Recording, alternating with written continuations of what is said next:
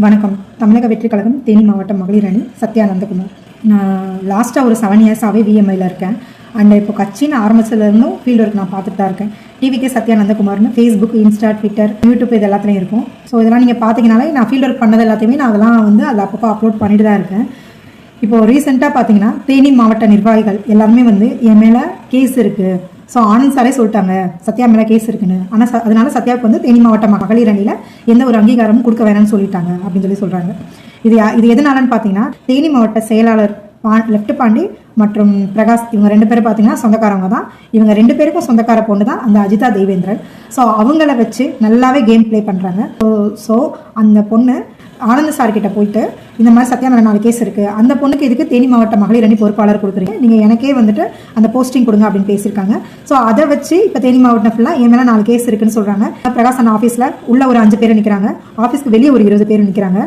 தேனி மாவட்டத்தில் கழக வக்கீல் சக்தி அப்படின்னு சொல்லிட்டு வடக்கு மாவட்டத்தில் ஒருத்தர் இருக்காரு. அவர் வந்து இத்தனை பேருக்கு முன்னாடியும் விரல் விட்டு சொல்கிறாரு 2020 உங்கள் மேலே அடிதடி கேஸ் இருக்குது, 2021 உங்கள் மேலே அந்த கேஸ் இருக்குமா, 2022 இந்த கேஸ் இருக்குமா, ஒவ்வொன்றா எனக்கு சரியாக கூட அது ஞாபகம் இல்லை, ஒவ்வொரு கேஸாக சொன்னாங்க.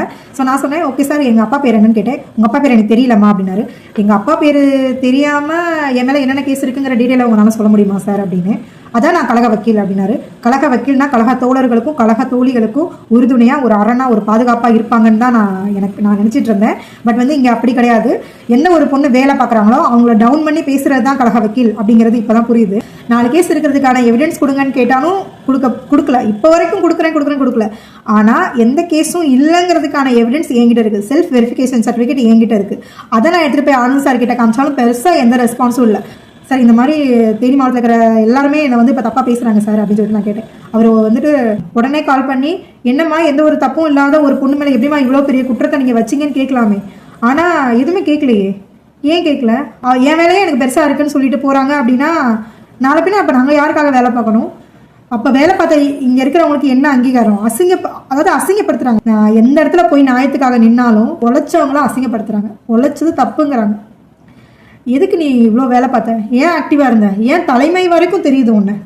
இதுதான் இப்போ கேள்வி. இப்போ இருக்கிற பிரச்சனை அதுதான். அட்மின் ஜெகதீஷ் ஆனால் என் பர்த்டேக்கு விஷ் பண்ணார், நீ வந்துட்டு நல்லா ஒர்க் பண்ணுறமான்னு விஷ் பண்ணார். இப்போ அதுதான் பிரச்சனை. நாளை பின்ன வந்து நான் வேலை பார்க்குறது தளபதி அங்கீகரிச்சாலே அது தப்பு தானா? அப்போ நாங்கள் யாருக்காக வேலை பார்க்குறோம்? அந்த தளபதிக்காக தான் நாங்கள் வேலை பார்க்குறோம். தளபதிங்கிற முகத்துக்காக தான் வேலை பார்க்குறோம். வேலை பார்த்தோம், வேலை பார்க்க விடலை. இப்போது லாஸ்ட்டாக வந்து பார்த்தீங்கன்னா 2 மந்த்ஸாகவே நான் எந்த வேலையும் பார்த்துருக்க மாட்டேன். அவர் வந்து என்னை தளபதி எழுதின கடிதத்தை கொடுக்கக்கூடாதுன்னு சொன்ன உடனே நான் உடஞ்சிட்டேன். அதுக்கப்புறம் என்னால் வேலை பார்க்க முடியலை. ஏன்னா தளபதி வந்து பெண்களுக்காகன்னு சொல்லிட்டு ஒரு அண்ணனாவும் அரணாவும் உங்களுக்கு இருப்பேன், நான் எப்பவுமே உங்கள் பின்னாடி இருப்பேன், நீங்கள் தைரியமாக இருங்கன்னு ஒரு கடிதம் எழுதியிருப்பார். அந்த கடிதம் வந்து எங்கள் தளபதி பெண்களாகிய எனக்கு ஒரு கடிதம் எழுதியிருந்தார். அதை தமிழக வெற்றி கழகத்தை சேர்ந்த எல்லா பெண் நிர்வாகிகளும் எல்லா மாவட்டத்திலையும் போய் கொடுத்தாங்க. ஆனால் என்ன அதை கொடுக்க விடாமல் பண்ணிட்டாங்க. ஆனந்த் சார் வந்து சத்யா பேரை மென்ஷன் பண்ணி உன்னை வந்து தளபதியோட கடிதத்தை கொடுக்க வேணாம்னு சொல்லிட்டாங்க அப்படின்னு சொல்லிட்டாங்க. இப்போ இன்னைக்கு என்ன பேசப்படுறாங்கன்னா ஆனந்த் சார் சொல்றாரு நாங்கள் கொடுத்த ஒரு வேலையை ஏன் நீ வந்து கரெக்டாக பார்க்கல, தளபதி நாளைக்கு என்னையே தான் கேள்வி கேட்பாருன்னு அழகாவே கேம் ப்ளே பண்ணுறாங்க. எல்லாருமே குடும்ப சூழ்நிலை ஒன்று இருக்கும். அதெல்லாம் தாண்டி இவ்வளோ ஃபீல்ட் ஒர்க் பண்ணுறோம், இத்தனை பொண்ணுங்களை வச்சு இவ்வளோ ஃபீல்ட் ஒர்க் பண்ணுறோம். இன்னைக்கு வந்து எனக்கு கீழேயும் ஒரு 700-800 மகளிர் இருக்காங்க அப்படின்னா அதுக்கு காரணம் வந்து தளபதி நல்லது பண்ணுவாருங்கிற நம்பிக்கை தான். தளபதி பெண்களுக்கு முன்னுரிமை கொடுக்குறாங்கிற நம்பிக்கை மட்டும்தான்.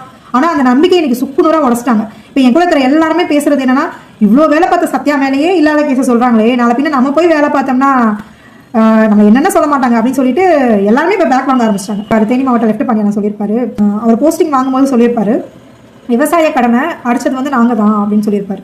ஆனால் அந்த விவசாய கடனை அடைச்சதுல என் ஹஸ்பண்டோட பங்கு இருந்துச்சு, அவருக்கு இன்னும் 2-3 பேரோட பங்கு இருக்குது. அது எத்தனை இடத்துல மென்ஷன் பண்ணுறாங்கன்னு தெரியல. எந்த ஒரு விஷயம் பண்ணாலும் அது நானே பண்ணுறேன்னு சொல்கிறதா இருக்கட்டும். அதேமாதிரி வயநாடு கேரளா பிரச்சனையும் என்னோட பங்கு இருந்துச்சு, அதே எங்கேயும் மென்ஷன் ஆகலை. அதே மாதிரி நான் மட்டும் இல்லை, எல்லா அணிகளில் இருந்தும் எல்லா கிளை நிர்வாகிகளும் நகரம், கிளை, ஒன்றியம், மாவட்டம்னு எல்லா நிர்வாகிகளும் எல்லாத்துக்கும் உதவி பண்ணியிருக்காங்க. ஆனால் யாரோட பேரும் தனிப்பட்டு எங்கேயும் மென்ஷன் ஆனதில்லை. மென்ஷன் ஆகிதான் எல்லாரும் கண்டிப்பாக எல்லாரும் உற்சாகத்தோட வேலை பார்த்துருப்பாங்க. அண்ட் அதே மாதிரி நான் தேனி மாவட்டத்தில் கோலப்போட்டி பண்ணியிருப்பேன். அந்த கோலப்போட்டியில் நல்ல ரெஸ்பான்ஸ். எல்லாருமே வந்து பார்த்தீங்கன்னா தமிழக வெற்றி கழகத்தோட கூடிய ஒவ்வொரு வீட்டு வாசல்லையும் வரைஞ்சிருப்பாங்க. அண்ட் அதே மாதிரி நம்ம தளபதியவே அவ்வளோ தத்ரூபமாக வரைஞ்சிருப்பாங்க. ஸோ அந்த கோலப்போட்டி நடந்துட்டு இருக்கும்போது லெஃப்ட் பாண்டியை நான் கால் பண்ணி சொல்கிறார், இந்த கோலப்போட்டியை வந்து நான் சொல்லி தான் நீ பண்ணேன்னு சொல்லு அப்படிங்கிறாங்க. ஒரு பொண்ணோட உழைப்பை திருட்டுறதுலாம் போஸ்டிங்கிறது வந்து ஒரு அங்கீகாரம் தான். அது வந்து யாரையும் தரக்குறைவாக பேசி இன்னொருத்தவங்க வந்து மேலே வரணுங்கிறது கிடையாது. அந்த சொந்தக்காரவங்களுக்கும் அந்த ஒரே ஜாதிக்காரவங்களுக்கும் மட்டும்தான் இங்கே அங்கீகாரம் கொடுக்குறாங்க. உழைக்கிற யாருக்குமே வந்துட்டு எந்த ஒரு முன்னுரிமையும் இங்கே கிடையாது. தளபதிக்கு கண்டிப்பாக இந்த விஷயம் தெரியவே தெரியாது, துளி அளவும் தெரியாது.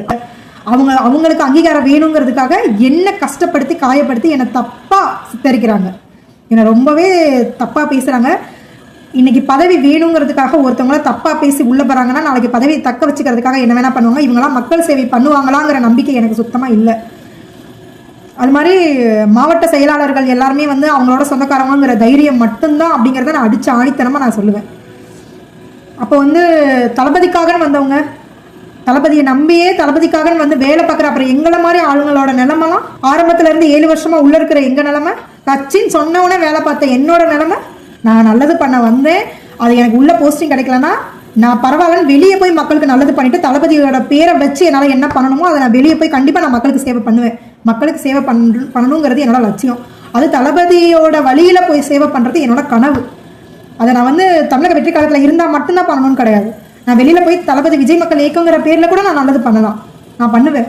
ஏன் நீ வேலை பார்க்குற, ஏன் இவ்வளோ ஆக்டிவாக இருக்க, ஏன் எல்லாருக்கும் போய் சேவை பண்ணுறேன்னா என்னை வெளில வந்ததுக்கப்புறம் யாராலையும் தடுக்க முடியாதுல்ல. கட்சின்னு ஆரம்பத்துலேருந்து நம்ம தளபதிக்காக இனிமேல் நான் தான் நிற்கணும். எங்கள் தளபதி வராரு, என் தளபதிக்காக எங்கள் தளபதிக்காக நாங்கள் நிற்கணும். அவர் மனசு எங்களுக்கு நல்லா தெரியும். மக்களுக்கு நல்லது பண்ணுறதுக்கும் மக்களுக்கு சேவை பண்ணுறதுக்கும் மக்களுக்காகவே வரக்கூடிய ஒரே தலைவன் தளபதி, அது எனக்கு தெரியும். இப்போ இதை நான் பேசுறது வந்து தளபதி கிட்ட மட்டும்தான் நான் கொண்டு போகணும்னு பேசுகிறேன். இதை வந்து யாருமே தளபதியை தரம் தாழ்த்தி யாரும் எடுத்துக்காதீங்க. இது வந்து கண்டிப்பாக நான் தளபதிக்கு வைக்கிற ஒரு கோரிக்கை, ஒரு ரெக்வெஸ்ட். அவரை தான் உள்ள இவ்வளோ விஷயம் நடக்குது, தளபதிக்கு காதுக்கு போகாது, தளபதிக்கு தெரியாதுங்கிற தைரியத்தில் தான் இந்த எல்லா விஷயமும் பண்ணிட்டு இருக்காங்க. நான் போஸ்டிங் வேணும்னு நினச்சேன்னா இந்த விஷயத்தை நான் வெளில கொண்டு வரவே மாட்டேன். எனக்கு போஸ்டிங் கிடைச்சா போதும். ஆனந்த் சார் அப்படி தான் சொன்னார். என்னம்மா நான் போஸ்டிங் கொடுக்குறேன் அப்படிங்கிற மாதிரி பேசுகிறாங்க. போஸ்டிங் கொடுத்ததுக்கப்புறம் என் பேர் சரியாகிடும்னு நினைக்கிறீங்களா? இன்னைக்கு சொந்தக்கார பொண்ணு தான் வரணுன்றதுக்காக மாவட்ட செயலாளர்கள் எல்லாரும் சேர்ந்து அந்த சொந்தக்கார பொண்ணை வச்சு கேம் ஆடி எந்த ஒரு எவிடன்ஸும் இல்லாமல் சென்னை வரைக்கும் அனுப்பி என் மேலே 4 கேஸ் இருக்குன்னு சொல்லி இப்போ தேனி மாவட்டம் ஃபுல்லாக அசிங்கப்படுத்துறவங்க நாளைக்கு நான் போஸ்டிங் வந்ததுக்கப்புறம் நான் நின்னா குத்தம், நடந்தா குத்தம், உட்காந்தா குத்தம், ஏன் இந்த தெருவில் போய் வேலை பார்த்தேன், ஏன் அந்த தெருவில் போய் வேலை பார்த்தேன் அப்படின்னு சொல்லிட்டு என்னை வேலை பார்க்க விட மாட்டாங்க. என்னை வேலை பார்க்க விட போகிறதும் இல்லை, நான் வேலை பார்த்தாலும் அதில் குத்தம் கண்டுபிடிக்காம இருக்க போகிறதும் இல்லை. ஸோ அதனால எனக்கு இந்த போஸ்டிங்கும் தேவையும் இல்லை. எனக்கு என்னை இவ்வளோ தூரம் குற்றம் காட்டி ஊரே பேசும்போது என் மனநிலைமெல்லாம் நம்ம ஏன்டா இருக்கோம் அப்படிங்கிற மனநிலைமைக்கு ஆளாக்கிட்டு அதை ஒரு கொஞ்சம் கூட பொருட்படுத்தாமல் அதற்கான தீர்வு சொல்லாத போது எனக்கு எந்த ஒரு நியாயமும் இனிமேல் இங்கே இருக்கிற யார்கிட்டையும் கிடைக்காதுன்னு எனக்கு தெரிஞ்சிருச்சு. ஸோ இதுக்கு எல்லாமே வந்து நான் தளபதி கிட்ட மட்டும்தான் எனக்கு சொல்யூஷன் கிடைக்கும் நான் நம்புறேன். இது எல்லாமே தளபதியோட பார்வைக்கு போகணும். இதனால வந்து கண்டிப்பாக ஒரு சொல்யூஷன் எனக்கு மட்டும் இல்லை எல்லா மாவட்டத்திலையும் கிடைக்கும் அப்படின்னு நான் நம்புறேன். நன்றி.